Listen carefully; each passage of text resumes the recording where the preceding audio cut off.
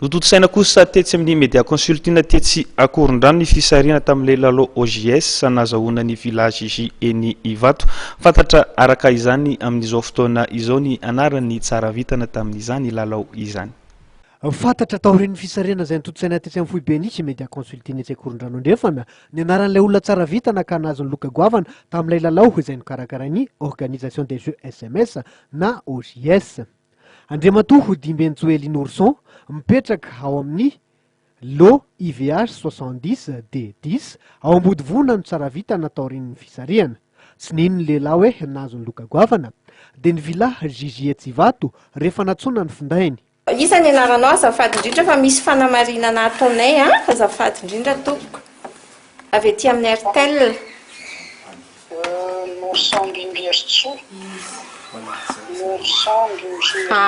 Hay dia miarabanao madame. Ay monsieur.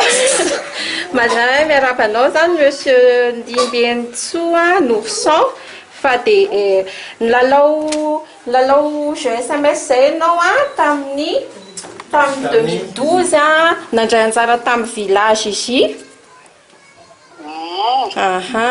Dia arabaina zany ianao fa dia ianao nahazo le villa. Loka maro samihafa no efa nozaraina tamin'ny voalohan'ny volana May taona 2024 nandritra ny fisarihana ny anaran'ireo tsara vitana tamin'ity lalao ity hitetsy Mahamasina.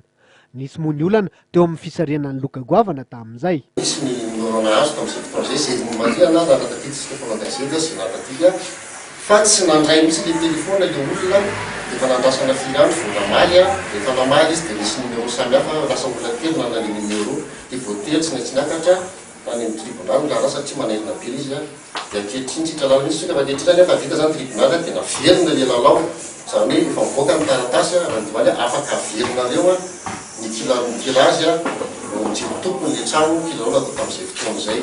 Laza ireo tompon'andraikitry ny média consulting fa raha maso tsara ny mombamomba izay tsara vitana taorian'ity fisarihana ny loka goavana ity ananivon'ireo mpandrarah mikasika ny serazera-pifandraisana.